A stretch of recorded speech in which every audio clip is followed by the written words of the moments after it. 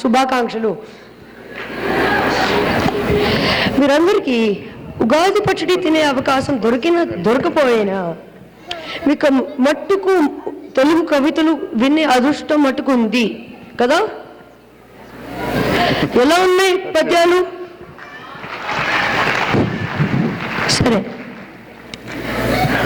ఇప్పుడు మన ముందుకు వస్తుంది బృంద.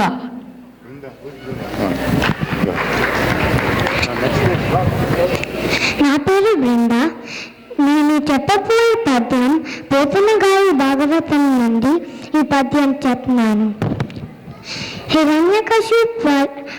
హిరణ్యకశిపు ప్రహ్లాదని హరిభక్తి మానమని చెప్పినప్పుడు ప్రహ్లాదుడు ఈ పద్యం చెప్పాడు.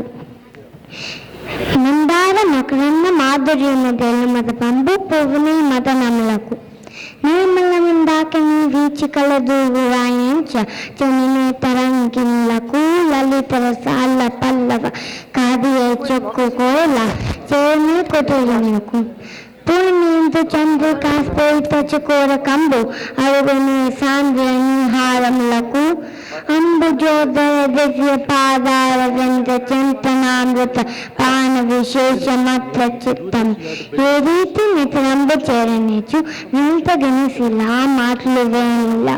ఈ పద్యం అర్థం ఏంటంటే, మందార పువ్వులో మకరందాన్ని ఆస్వాదించే తుమ్మెద విన్నత్తపు దగ్గరకి వెళ్తుందా?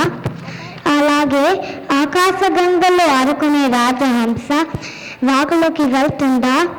మావి చిగురు తినే కోయిల అడవి మళ్ళీ ఆకులు తింటుందా? పున్నమి వెన్నెలలో ఆడుకునే చకోరం పక్షి మంచు పొదలకి వెళ్తుందా? విష్ణు చింతన చేసే నన్ను విషయ చింతన చేయమంటే ఎలా?